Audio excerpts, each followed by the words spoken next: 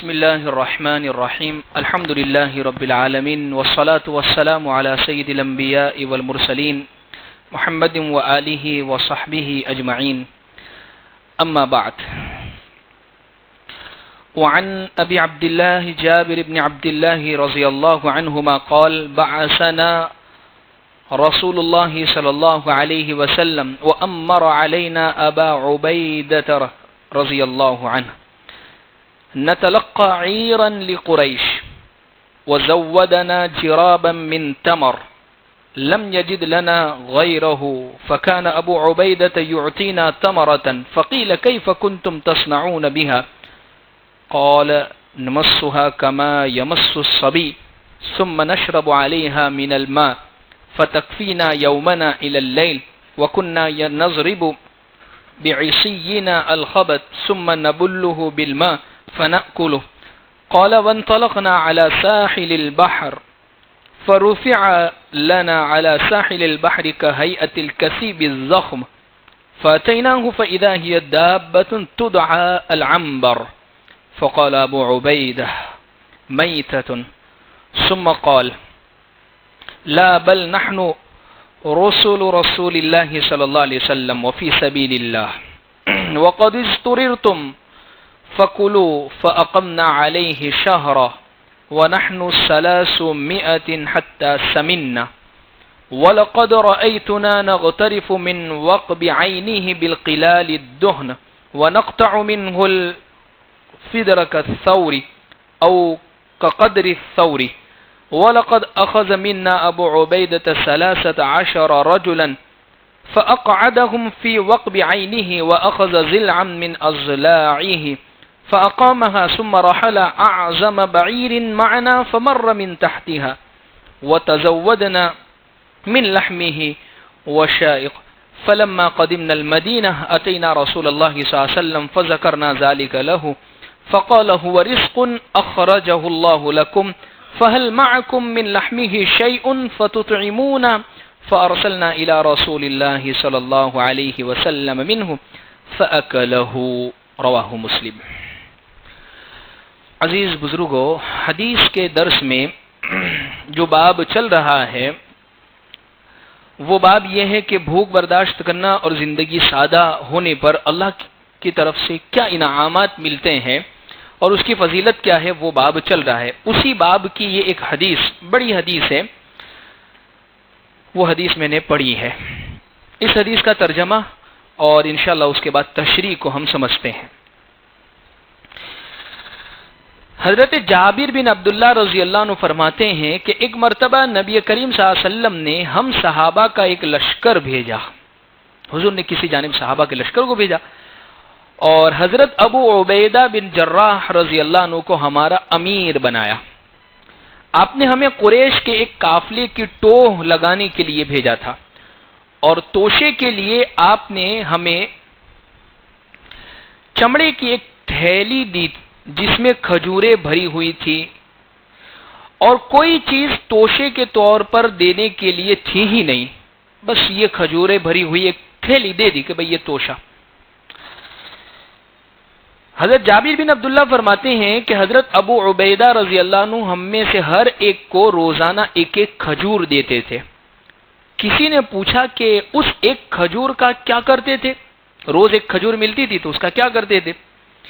تو انہوں نے کہا کہ جس طرح بچے کے منہ میں کھجور دی جائے تو وہ چوستا رہتا ہے، ایسے ہی ہم اس کھجور کے دانے کو چوستے رہتے تھے اور اس پر پانی پی لیتے تھے. 24 گھنٹے کے لیے ہمیں وہی کافی ہو جاتا تھا. ایک پورا دن رات کھجور چوس لی، چبا لی، کھا لی ایک اور پانی پی لیا. اور ہم اپنی لکڑیوں کے ذریعے سے درختوں کے پتے جھاڑ لیا کرتے تھے اور اسی کو پانی میں بھگا کر کھا لیتے تھے. لکڑی سے پتے جھاڑ لیے، سوکھے پتے وہ گر جاوے یا نہیں گرے ہیں تو لکڑی سے ہلا کے اس کو گرا دے. حتیٰ کہ حضرت جابر رضی اللہ عنہ فرماتے ہیں کہ پھر ہم سمندر کے کنارے پر پہنچے. ایک جگہ سمندر تھا، اس کے کنارے پر پہنچے تو وہاں ہمیں ایک چھوٹا سا ٹیلا نما نظر آیا. چھوٹا سا ٹیلا جس کو کہتے ہیں چھوٹا پہاڑ جیسا یا چھوٹا سا ٹیلا، یعنی ایک بڑی چٹان جیسی بنی ہوئی تھی، ایسا کچھ دکھ رہا تھا ہمیں. جب ہم وہاں پہنچے تو دیکھا کہ وہ تو ایک بڑا جانور تھا جس کو عنبر کہا جاتا ہے. ایک بہت بڑا جانور تھا. جانور کا مطلب مچھلی تھی. سمندر کے کنارے ظاہر سی بات ہے مچھلی ہی آنے والی ہے.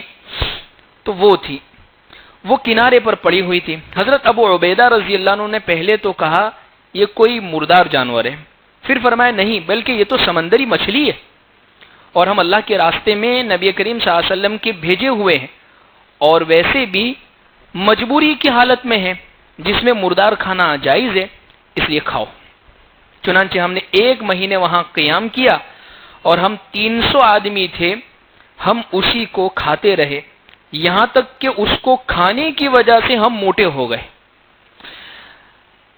تو یہ ہے بخاری شریف کی یہ روایت میں, بخاری شریف میں ایک روایت میں یہاں تک آتا ہے, یہ مسلم کی روایت ہے جو میں پڑھی, اور بخاری کی روایت میں ہے کہ فاقوں کی وجہ سے ان کے جسم میں کمزوری آ گئی تھی اور جسم بہت دبلے ہو گئے تھے, اور اس مچھلی کو کھانے کی وجہ سے وہ دبلا پن دور ہو گیا. موٹے کا مطلب بہت پیٹ باہر ایسا نہیں ہوا تھا, حالت تھوڑی ٹھیک ٹھاک ہو گئی تھی. پھر فرماتے ہیں کہ اس مچھلی کی آنکھ کا گڑھا, کھڈا یعنی آنکھ کا کانا جو ہے وہ گڈھا کتنا بڑا تھا, اتنا بڑا تھا کہ ہم مٹکے بھر کر اس میں سے تیل نکالتے تھے. آنکھ میں سے تیل مٹکے بھر بھر کے نکالتے تھے مچھلی کا جو ہوتا ہے, اور اسی سے وہ تیل سے گوشت پکاتے تھے. اور حضرت ابو عبیدہ رضی اللہ عنہ نے ہم میں سے 13 آدمیوں کو چنا, 13 آدمی 1 2 3 4, اور کہا کہ ان کو اس آنکھ کے گڑھے میں بٹھا دیا. مچھلی کی آنکھ کا جو گڑھا تھا, کھڈا تھا, اس کے اندر 13 آدمیوں کو بٹھا دیا حضرت ابو عبیدہ نے, جس کی آنکھ کا گڑھا اتنا بڑا ہو کہ 13 آدمی آرام سے اندر بیٹھ سکتے. تو وہ مچھلی اندازہ لگائیے کتنی بڑی ہوگی وہ مچھلی. اور فرماتے ہیں کہ اس کی پسلیوں میں سے ایک پسلی کو لے کر کمان کی طرح کھڑا کیا. بھائی پسلی ٹیڑھی ہوتی ہے, تو وہ پسلی ایک نکالی اور اس کو کمان کی طرح یوں کھڑا کیا اس طریقے سے. اور پھر ہمارے پاس جو سب سے اونچا اونٹ تھا, سب سے اونچا اونٹ, اس اونٹ کو اس پسلی کے نیچے سے ہم نے نکالا تو وہ اونٹ آسانی سے نکل گیا. اچھا یہ روایت مسلم میں تو صرف اتنا ہے. ایک دوسری روایت کے اندر یہ بات ملتی ہے کہ اس اونٹ پر ہم میں سے جو سب سے اونچا آدمی تھا, ہم سب میں جو سب سے اونچا آدمی تھا, اس کو بٹھایا اور ان کو بٹھا کر بھی یہ کہا کہ تمہارے ہاتھ میں جو نیزہ ہے اس کو سب سے اونچا کر دو. اونٹ پر آدمی, آدمی پر نیزہ, اور پھر تم اس کے نیچے سے پار ہو. تو وہ بہت ہی آسانی کے ساتھ اس میں سے نکل گئے. حدیث یہ پوری پڑھی گئی جس کا ترجمہ میں نے آپ کے سامنے پڑھا ہے کہ یہ حدیث یہ کہنا چاہ رہی ہے. خلاصہ اس پوری حدیث کا یہ ہے, صحابی حضرت جابر بن عبداللہ اپنا ایک واقعہ بیان کرتے ہیں. اچھا اگلی بات بھی میں آپ کو سنا دوں, حدیث مکمل کر لوں. تو حضرت ابو عبیدہ رضی اللہ عنہ نے حضرت ایک صحابی کو جو سب سے اونچے تھے وہ سوار کیا اور ان کے ہاتھ میں ایک نیزہ دیا اور ان کو کہا کہ اونچا رکھے, اور اس پسلی کے نیچے سے جو کمان کی طرح بنی ہوئی تھی اس کے نیچے سے نکالا. چنانچہ بہت آسانی سے نکل گئے, وہ پسلی سے ان کا نیزہ ٹچ بھی نہیں ہوا. مزید آگے حضرت جابر عبداللہ فرماتے اس کے بعد بھی وہ گوشت اتنا بچا کہ ہم اپنے ساتھ باندھ کے لائے واپس مدینہ آئے تو اتنا بچا تھا. جب مدینہ پہنچے تو نبی کریم صلی اللہ علیہ وسلم کے سامنے ہم نے تو ساری بات کہی کہ حضور ایسا ایسا واقعہ پیش آیا ہے, اسی طریقے سے بات ہوئی ہے. تو اللہ کے نبی صلی اللہ علیہ وسلم نے فرمایا کہ دیکھو یہ اللہ کی طرف سے تمہیں رزق ملا تھا, روزی ملی تھی تمہیں اللہ کی طرف سے جو تمہارے لیے خاص بھیجی گئی تھی, اللہ کا انعام تمہارے اوپر ہو گیا. پھر حضور نے پوچھا اس کا کچھ گوشت بچا ہے تمہارے پاس؟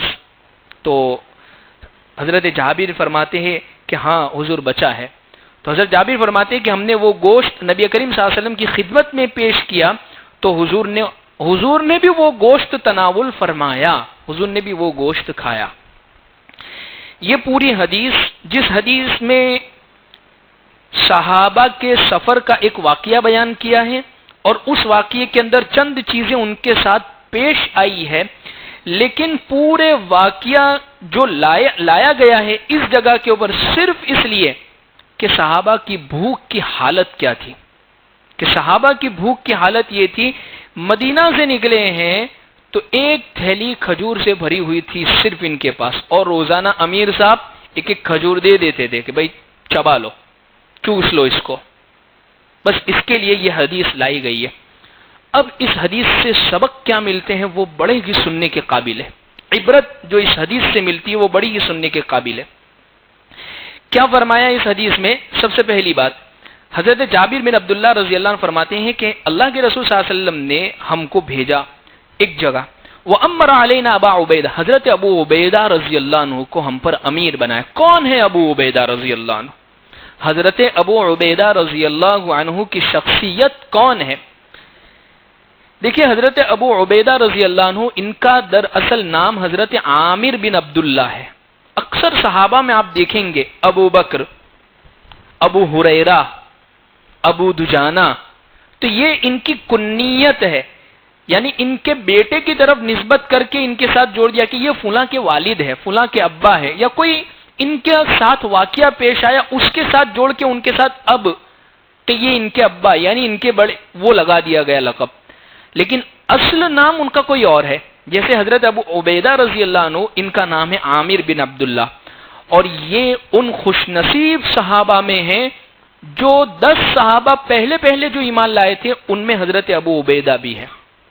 10 پہلے جو ایمان لانے والوں میں یہ حضرت ابو عبیدہ بھی ہے، اور دونوں ہجرتیں انہوں نے کی ہے، دونوں ہجرت کی خوشخبری، حبشہ کی ہجرت بھی کی ہے اور مدینہ کی ہجرت بھی انہوں نے کی ہے، بدر کے اندر بھی شریک ہوئے، اس کے بعد کے غزوات میں بھی شریک ہوئے، یعنی ان کی فضیلت کا اندازہ لگائیے کتنی بڑی فضیلت ان کو حاصل ہوئی ایمان لانے میں۔ اول دونوں ہجرتیں، بدر کے اندر شریک، جس میں شریک ہونے والوں کی اللہ کی طرف سے بالکل مغفرت اور معافی کا اعلان ہے۔ خیر، تو یہ حضرت ابو عبیدہ رضی اللہ عنہ ہے، اور ان کے متعلق اللہ کے نبی صلی اللہ علیہ وسلم نے فرمایا ان لکل امۃ امین وان امیننا ایتها الامہ ابو عبیدہ بن الجراح، ہر کوئی امت کا ایک امین ہوتا ہے، ہر ایک جماعت میں کوئی امین ہوتا ہے، امانت دار شخص ہوتا ہے، میری امت کا امین اور امانت دار اگر کوئی ہے تو ابو عبیدہ بن جراح ہے۔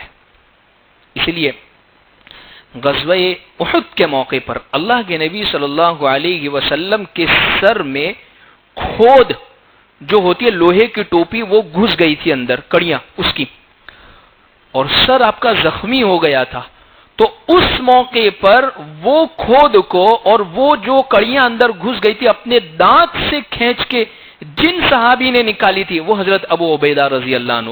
لکھا ہے کتابوں میں کہ وہ کھینچنے کی وجہ سے ان کے آگے کے دانت ٹوٹ گئے تھے، اور اگر آپ دیکھیں جس آدمی کے آگے کے دانت ٹوٹ جاوے تو اگر وہ ہنستا ہے یا بات کرتا ہے تو اتنا خوبصورت نہیں لگتا ہے جب جس کے آگے کے دانت ہی نہیں ہے، لیکن عجیب حضرت ابو عبیدہ رضی اللہ عنہ کی شخصیت تھی کہ جب ان کے دانت ٹوٹ گئے اس کے باوجود بلکہ اس سے بھی زیادہ اس کے بعد یہ خوبصورت نظر آتے تھے حضرت ابو عبیدہ رضی اللہ عنہ۔ اس لیے ایک مرتبہ حضرت عمر رضی اللہ عنہ نے صحابہ سے فرمایا کہ تمنا کرو، کوئی امید، کوئی تمنا بتاؤ، تمہاری کیا تمنا ہے؟ تو کسی نے کہا کہ ہماری تو تمنا یہ ہے کہ یہ کمرہ پورا سونے سے بھر جاوے، گولڈ سے، اور ہم اس کو صبح شام بس اللہ کے راستے میں صدقہ کرتے رہے۔ کسی اور سے کہا بھئی آپ تمنا کرو، تو انہوں نے تمنا کی کہ میری تمنا یہ ہے کہ یہ پورا کمرہ زبرجد سے اور اسی طریقے سے ہیرے جواہرات سے بھر جاوے، اور ہم اس کو صبح شام بس اللہ کے راستے میں صدقہ کرتے رہے۔ حضرت عمر رضی اللہ عنہ نے فرمایا کہ میری تمنا تو یہ ہے کہ یہ پورا کمرہ ابو عبیدہ جیسوں سے بھر جاوے، اس لیے کہ ان کی شخصیت بہت اونچی۔ لیکن تمنائیں بھی کیسی ہوتی تھی ان کی، صحابہ کی تمنائیں بھی کیسی، ہم سے کوئی کہتے بس مال مل جاوے جو ہمارے پاس ہی ہو، بس ہمارا خود کا ہو۔ ان کی تمنا ملنے کے بعد بس وہ اللہ کے لیے ہو، غریبوں کے لیے ہو، آخرت کے لیے ہو، تو یہ حضرت ابو عبیدہ رضی اللہ عنہ۔ دوسری بات اس حدیث کے اندر جو سمجھنے کی ہے کہ اللہ کے نبی صلی اللہ علیہ وسلم نے ان کو امیر بنایا، اس لیے جب کبھی بھی سفر ہو، جب کبھی بھی کسی جگہ کے لیے ہم نکلے تو ساتھیوں میں سے کسی ایک کو امیر بنا دینا چاہیے، جو ان میں سمجھدار ہو، فضیلت والا ہو، معاملے کو حل کر سکتا ہو، اس کو امیر بنا دینا چاہیے۔ اس لیے دیکھیے اللہ کے نبی صلی اللہ علیہ وسلم نے حضرت ابو عبیدہ رضی اللہ عنہ کو روانہ کیا تو ان میں ایک امیر بنا دیا، حضرت ابو عبیدہ کو۔ اس لیے حضور کی تعلیم ہے ہمیں، اس لیے کہ جب امیر نہیں ہوتا ہے کسی جماعت کا تو اس جماعت کا امیر پھر شیطان ہوتا ہے، پھر وہ طرح طرح کے وساوس ڈالے گا۔ امیر ہوتا ہے تو ایک بات کسی چیز پر، اس لیے آپ دیکھیں دعوت و تبلیغ کے ہمارے ساتھی جب بھی جماعت روانہ ہوتی ہے، جب بھی مشورے کے لیے بیٹھتے ہیں، جب بھی کوئی عمل کرتے ہیں، اس میں ایک امیر ضرور ہوتا ہے کہ جس کے پاس سارے امور ہے، سارے فیصلے وہ کرے گا، اور اس کے فیصلے سے پہلے نہ کوئی مشورہ کرے گا، اور اس کے فیصلے ہو جانے کے بعد کوئی تذکرہ نہیں، بس یہ اللہ کی طرف سے من جانب اللہ یہ بات ہو گئی۔ تو امیر بنا دینا، جب بھی ہم کبھی سفر کے لیے نکلے تو یہ کام۔ تو دوسری بات اس حدیث سے یہ سمجھ میں آئی کہ امیر بنانا چاہیے۔ تیسری چیز، یہ جو نکلے تھے قریش کا ایک قافلہ تھا، وہ کہیں سے آ رہا تھا، اس کی ٹوہ لگانے کے لیے نکلے تھے۔ انہوں نے بھیجا تھا ایک قافلہ، اس غرض سے بھیجا تھا کہ یہاں کا جو ساز و سامان جو ہمیں ملے گا، وہ قافلے کا جو نفع ہوگا، ہم مسلمانوں کے خلاف اس کو استعمال کریں گے۔ تو اللہ کے نبی صلی اللہ علیہ وسلم نے بھیجا کہ اس قافلے کو روکا جاوے۔ لہذا اس سے یہ بات سمجھ میں آ رہی ہے کہ اس طریقے کا جب معاملہ ہو تو قافلے کو روکنا وہ درست ہے۔ تین بات۔ چوتھی بات یہ ہے کہ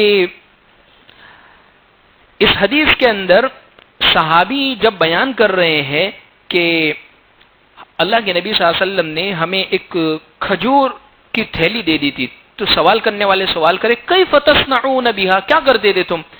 اس سے ایک چیز سمجھ میں آتی ہے کہ سوال جواب کرتے رہنے چاہیے۔ سوال جواب کرنے کی وجہ سے ہوتا یہ ہے کہ انسان کا علم بڑھتا ہے، سوال جواب کی وجہ سے علم میں اضافہ ہوتا ہے۔ اس لیے قرآن میں اکثر جگہوں پر کہیں پر ہے وَيَسْأَلُونَكَ عَنِ الْأَهِلَّةِ، حضور یہ آپ سے چاند کے بارے میں پوچھتے ہیں، سوال کرتے ہیں، فوراً جواب۔ وَيَسْأَلُونَكَ عَنِ الْمَحِيضِ، حیض والی عورت کے بارے میں پوچھتے ہیں، فوراً جواب۔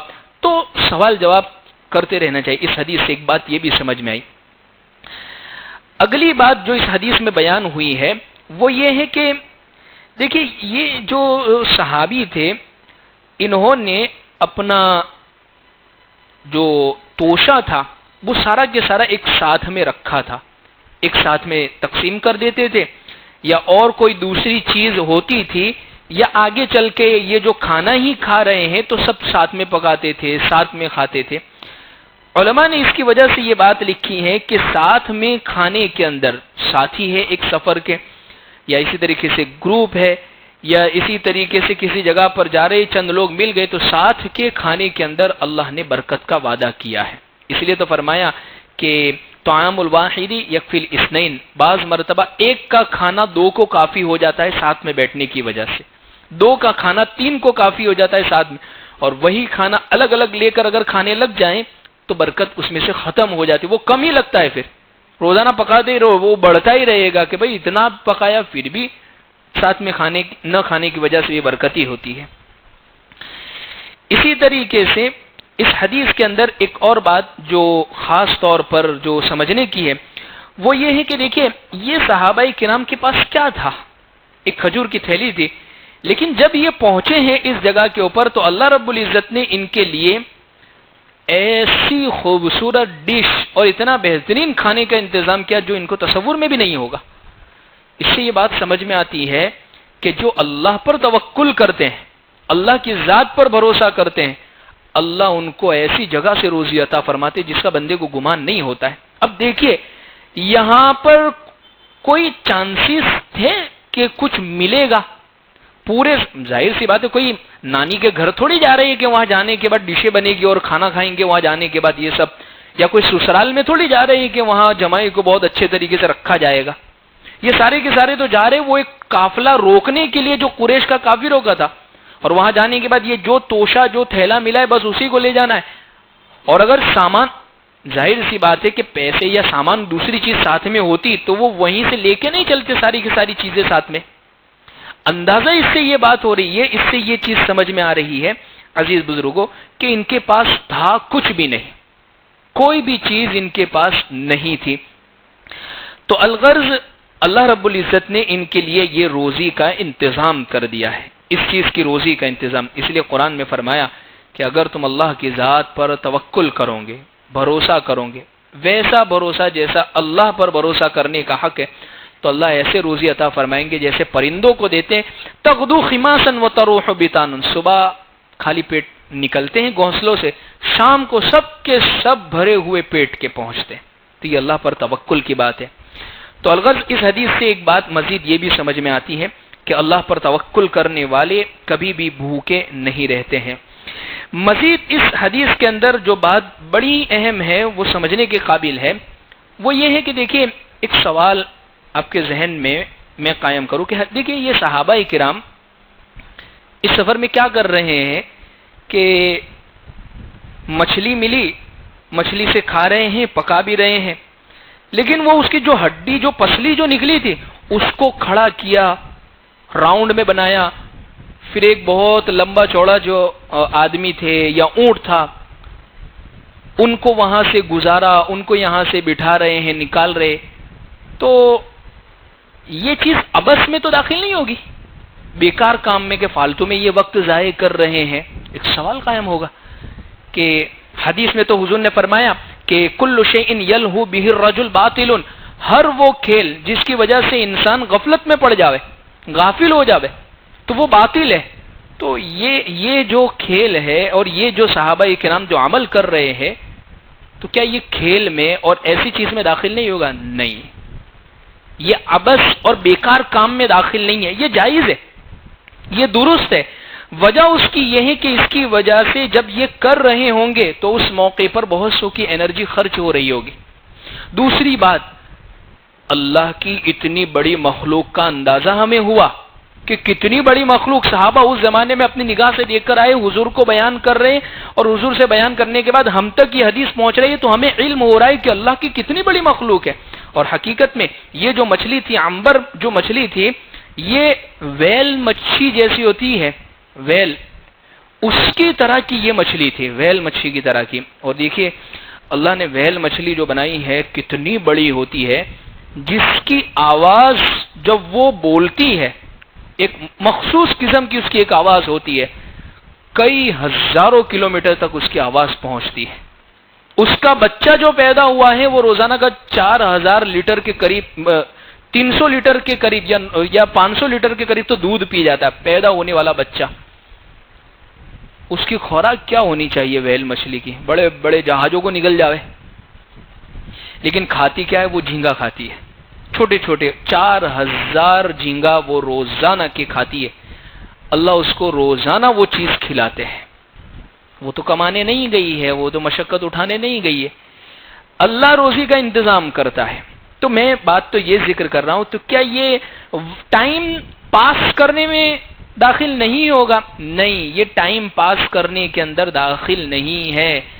اس لیے کہ حدیث پاک میں اللہ کے نبی صلی اللہ علیہ وسلم نے فرمایا کل شیء یلہو بہ الرجل فہو باطل، ہر وہ کھیل، ہر وہ کام جس کی وجہ سے انسان کا وقت ضائع ہو، وہ سارا کے سارا باطل ہے، وہ جائز نہیں ہے. ہاں 3 چیزیں حضور نے حدیث میں بیان فرمائی کہ یہ 3 کام جو انسان کرتا ہے، یعنی 3 کام کا مطلب اس کے جیسے بھی اور جو کام ہو سکتے ہیں، اگر وہ کرتا ہے تو کوئی ٹائم پاس نہیں ہے. سب سے پہلی چیز رمی الرجل بقوسہ، آدمی کا اپنی تیر کمان کو سیدھا کرنا، تیر کمان کو سیدھا کرنا، اس کو بنا رہا ہے اور اس کے پیچھے وقت دے رہا ہے، اس کی فکر کر رہا ہے، تو یہ کام کے اندر مشغول ہے جتنا وقت ہو رہا ہے، لیکن وہ اس کی وجہ سے وہ گنہگار نہیں ہوگا، ورنہ وقت ضائع کرنے کے اوپر بڑی زبردست پکڑ ہوگی آخرت کے اندر.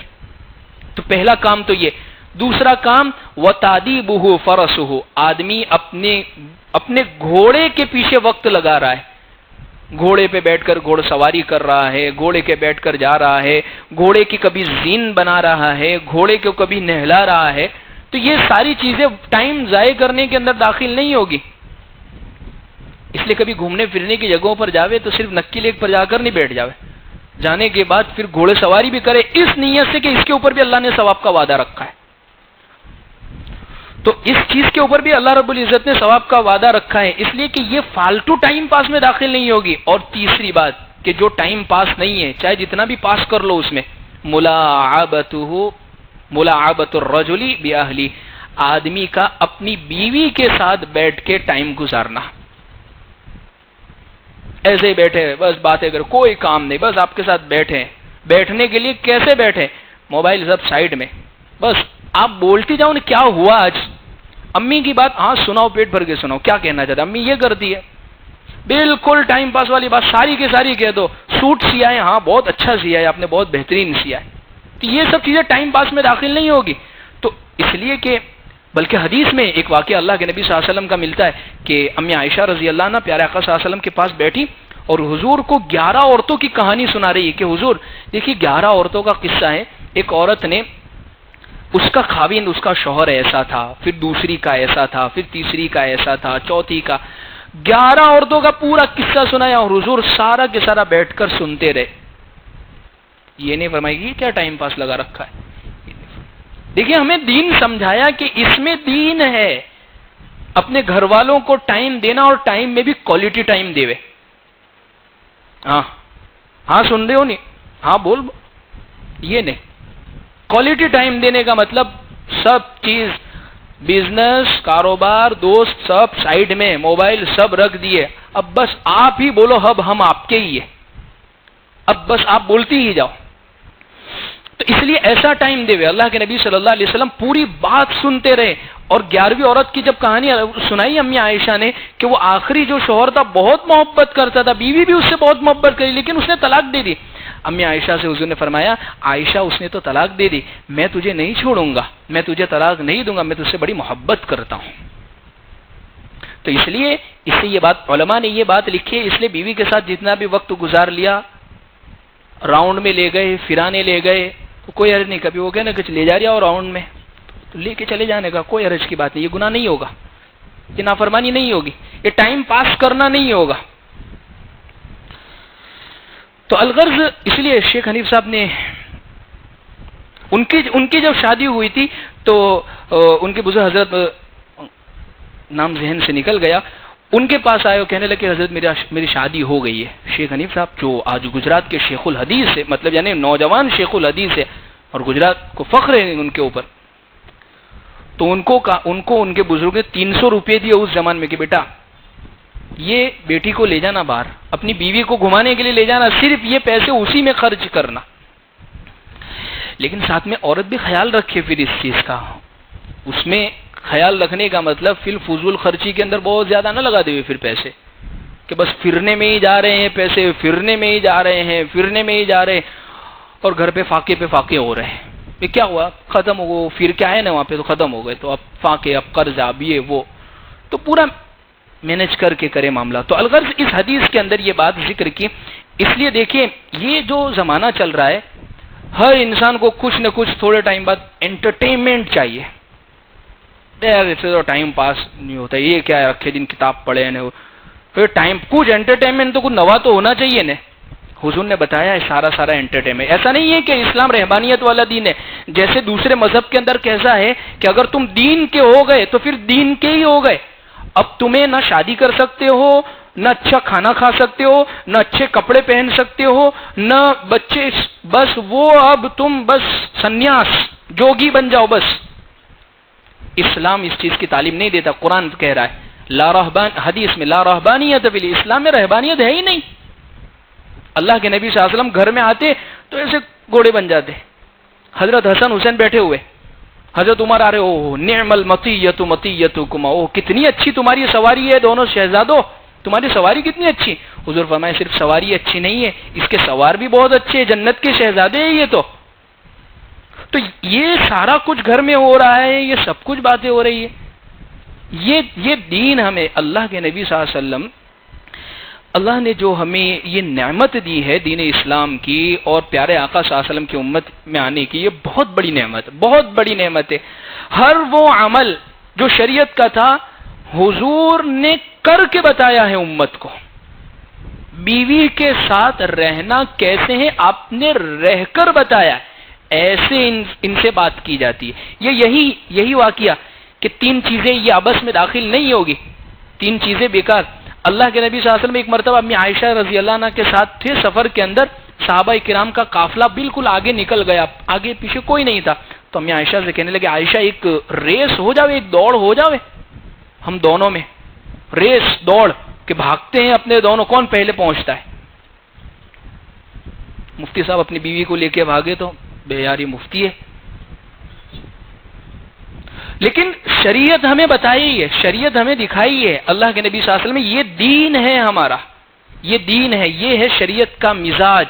شریعت یہ کہہ رہی ہے کہ وہ جیسے خوش ہوتی ہے اس طریقے سے اس کو خوش کیا جاوے گا، شریعت کی حدود میں. باؤنڈری اس کی رکھ دی ہے شریعت کی حدود میں، اس سے باہر نہیں. اللہ کے نبی صلی اللہ علیہ وسلم نے ریس لگائی اور اس موقع پر جان بوجھ کے پیچھے رہ گئے، یہ خوش ہو جاوے. امی عائشہ آگے نکل گئی، کہا کہ حضور میں جیت گئی. دوسرا موقع آیا، اللہ کے نبی صلی اللہ علیہ وسلم پھر فرمایا کہ ایک مرتبہ پھر ریس ہو جاوے عائشہ، پھر ایک مرتبہ ریس لگائے. اس موقع پر اللہ کے نبی صلی اللہ علیہ وسلم آگے ہو گئے تو حضور نے فرمایا عائشہ تلک بھی تلک، پہلے تم جیتی تھی اب میں، یہ اس کا بدلہ ہو گیا. تو ایسے ہمیں بتایا ہے اللہ کے نبی صلی اللہ علیہ وسلم نے. تو الغرض میں بات یہ ذکر کر رہا تھا کہ انٹرٹینمنٹ جو ہے شریعت نے ہمیں دیا ہے بہت ساری چیزیں. بھائی یہ کیا انٹرٹینمنٹ، آج کل انٹرٹینمنٹ کس چیز کو سمجھ لیا ہے؟ پکچر دیکھ رہے، ناٹک دیکھ رہے، یعنی گھر میں ناٹک کم ہو رہے اس سے زیادہ ٹی وی کے اندر ناٹک دیکھ رہے، سیریل دیکھ رہے اور ایسے دیکھ رہے اتنے زیادہ اس سے کوئی فائدہ نہیں ہے. جتنی نیگیٹیوٹی وہ لے کر آ رہا ہے، جتنے منفی اثرات ہماری زندگی میں، اس کی کوئی حد اور کوئی لمٹ نہیں ہے. یعنی ساری ایسی چیزیں اس میں دکھائی جا رہی ہے کہ گھر میں لڑائی کیسے ہو، چالاکی کیسے ہو، شاطر کیسے بنایا جاوے، کسی کے اوپر چال چلنی ہو تو وہ ساری کے ساری چیزیں اس میں بھری پڑی ہے. اور جو دین اتنا پاکیزہ دین ہے، اچھا جو دین اتنا پاکیزہ دین ہے جسے ساری چیزیں میں بتائے وہ پڑھے. تو انٹرٹینمنٹ شریعت نے بہت ساری چیزیں، جیسے یہ تین چیزیں تو میں نے ذکر کی، اس کے علاوہ بھی اور بہت ساری چیزیں، کبھی دوڑ کر لے، کبھی گھوڑ سواری کر لے، گھومنے پھرنے چلے جاوے ایسے ہی، کیا ہے چلو آبو جاتے ہیں، کوئی گناہ نہیں ہے بیوی کو خوش کرنے کے لیے. یا اسی طریقے سے سوئمنگ کر رہے مرد حضرات، سوئمنگ کر رہے ہیں تو کوئی حرج کی بات نہیں ہے، یہ بھی سنت میں داخل ہے. یہ بھی یوں سمجھ لیجئے لہو اور لعب میں داخل نہیں ہوگا، گناہ نہیں ہوگا، ثواب ملے گا. جم کر لیا وہ اچھی نیت کے ساتھ، صرف اس نیت کے ساتھ نہیں کہ اس کی وجہ سے میں سامنے والے پر امپریس، کہ اپنے جب خالی ہاتھ ملاوے تو لگنا چاہیے، بیک لگنا چاہیے، شولڈر لگنے چاہیے کہ بھئی ہاں کچھ بنائی ہے باڈی، اس نیت سے کہ یہ سنت ہے. میں اپنا ٹائم اس میں ضائع کروں. جیسے آج کل ایک نوا نکلا ہے IPL، ایسا وقت ضائع ہوتا ہے، اتنا وقت ضائع ہوتا ہے کہ اللہ رب العزت کی پناہ. تو الغرض عزیز بزرگوں، شریعت نے جائز تفریحات ہمیں بنائی ہے. جائز تفریح اور جائز انٹرٹینمنٹ بالکل کرے، ضرور کرے. بچوں کو وقت دے، بچوں سے بہتر انٹرٹینر اور کوئی نہیں ہے گھر کے اندر. وہ آ جاتے ساری ٹینشن دور، کوئی آ کے ادھر بیٹھتا ہے ادھر بیٹھتا ہے، کوئی ٹوپی کھینچے گا، داڑھی کھینچے گا، چشمہ اتارے گا. تو یہ سارا انٹرٹینمنٹ ہے شریعت کی طرف سے ہمارے لیے. تو الغرض عزیز بزرگوں، یہ صحابہ کا جو عمل ہے اس حدیث کے اندر انہوں نے جو کیا ہے وہ ہرگز عبث کے اندر، بیکار کام کے اندر داخل نہیں ہے. یہ ساری کے سارے اس لیے چیزیں ہو رہی ہیں تاکہ ہم تک یہ بات پہنچے. اور ہو سکتا ہے انہوں نے اس وقت کوئی ایسا کام کیا ہو کہ جس کی وجہ سے جسم تھکے، یا جس کی وجہ سے ان کی کچھ جسم پر ورزش جیسا معاملہ ہو، یہ اس لیے کیا ہو. تو الغرض عزیز بزرگوں، اس حدیث کے اندر یہ چند باتیں ہمیں سمجھائی گئی ہے اور ہمیں بتلائی گئی ہے. اور اصل جو بات جس کے لیے حدیث لائی گئی تھی، وہ حدیث اسی لیے لائی گئی تھی کہ صحابہ کرام کی زندگی کا حال کھجوریں کھا کھا کر، پانی پی پی کر اس پر گزارا ہو رہا تھا. الغرض ایک اور بات میں ذکر کرنا بھول گیا، جس صحابی کو اونٹ کے اوپر بٹھایا تھا وہ جو صحابی ہے حضرت قیس بن سعد بن عبادہ رضی اللہ عنہ. یہ بہت لمبے اونچے صحابی تھے. ان کے متعلق لکھا ہے جب گھوڑے پر بیٹھتے تھے سواری پر تو پاؤں زمین پر لگتے تھے. ایسے لمبے چوڑے صحابی تھے اور اتنے بہادر تھے کہ نبی کریم صلی اللہ علیہ وسلم کی باڈی گارڈ اللہ کے نبی صلی اللہ علیہ وسلم کی ہر وقت حفاظت کرنے کے لیے ہر وقت یہ تیار رہتے تھے. باقاعدہ امام بخاری رحمۃ اللہ نے ان کے متعلق باب باندھا ہے. تو الغرض عزیز بزرگوں، یہ حضرت قیس بن عبداللہ تھے، ان کا واقعہ لکھا ہے. حضرت معاویہ رضی اللہ عنہ کے زمانے میں ایک مرتبہ رومن امپائر کا جو بادشاہ تھا اس نے 2 آدمی بھیجے، اور دو آدمی میں 2 کوالٹی الگ الگ تھی. ایک بہت اونچا تھا ایک دم، اور دوسرا پہلوان تھا، بہت زیادہ طاقتور مضبوط. اصل میں ان دونوں کو بھیجنے کا مقصد یہ تھا کہ ان کی باڈی لینگویج سے مسلمان سمجھ جائے کہ ہے تمہارے یہاں کوئی ایسا. حضرت امیر معاویہ رضی اللہ عنہ نے کہا کہ قیس بن عبادہ کو بلائیے ذرا. حضرت قیس بن عبادہ رضی اللہ عنہ آئے، اور جب آنے کے بعد کرتا پہنا تھا لمبا، تو انہوں نے جو پاجامہ پہنا تھا، کرتے کے نیچے جو شلوار پہنی تھی وہ اتار کر ان کو دی. اور جب وہ اونچے لمبے پہلوان جو قیصر روم کی طرف سے آئے تھے، اس نے جب وہ شلوار پہنی تو اس کے گلے تک آ گئی، اتنے اونچے تھے. اور مضبوط آدمی جو تھا، طاقتور آدمی، اس کا مقابلہ اور اس کے سامنے جس شخصیت کو پیش کیا گیا وہ حضرت علی رضی اللہ عنہ کے صاحبزادے حضرت محمد بن حنفیہ، ان کو پیش کیا گیا. اتنے مضبوط تھے کہ وہ پہلوان سے آ کر کہنے لگے کہ میں بیٹھتا ہوں، اگر تو نے مجھے صرف ہلا دیا تو تو جیت گیا، صرف ہلا کے دکھا دے. وہ بیٹھے، وہ پہلوان، اس کا پسینہ اوپر کا نیچے آ گیا، لیکن وہ ٹس سے مس نہیں ہوئے. اور اس کو کہا حضرت محمد بن حنفیہ تو بیٹھ. اب ایک انگلی سے اس کا پورا ہاتھ پکڑ کے اس کو کھڑا کر دیا. تو الغرض عزیز بزرگوں، یہ حضرت قیس بن عبادہ تھے، اتنے لمبے چوڑے اور اتنے زبردست. ان کو بٹھایا تھا اس کے اوپر، اتنے لمبے صحابی کہ جن کا پاجامہ اس کے گلے تک پہنچ گیا تھا. اتنے لمبے صحابی جو اونٹ پر بیٹھے، اونٹ پر خود بیٹھے ہیں، خود اونٹ، اس پر صحابی اور اس پر نیزہ اور یوں لے کے بیٹھے. اس لیے عزیز بزرگوں، اس حدیث کے اندر کئی ساری باتیں ہمیں جاننے اور سیکھنے کے لیے ملی ہے. اللہ سے دعا ہے اللہ ہمیں صحیح معنی میں ان باتوں پر عمل کی توفیق عطا فرمائے. اللهم لك الحمد كما أنت أهل، فصل على محمد كما أنت أهل، وافعل بنا ما أنت أهل، فإنك أهل التقوى وأهل المغفرة. ربنا آتنا في الدنيا حسنة وفي الآخرة حسنة وقنا عذاب النار وقنا عذاب القبر وقنا عذاب الحشر وقنا عذاب الدين. جزا الله عنا محمدا صلى الله عليه وسلم بما هو أهل. سبحان ربك رب العزة عما يصفون وسلام على المرسلين والحمد لله رب العالمين برحمتك يا. ہمارے اس چینل کو الانوار میڈیا کو سبسکرائب کرے، ویڈیو اگر پسند آئے لائک کرے، کمنٹس کرے، اور اپنے دوست احباب میں ایک ثواب کی نیت سے ضرور شیئر کرے، اور ہمیں دعاؤں میں ضرور یاد رکھے.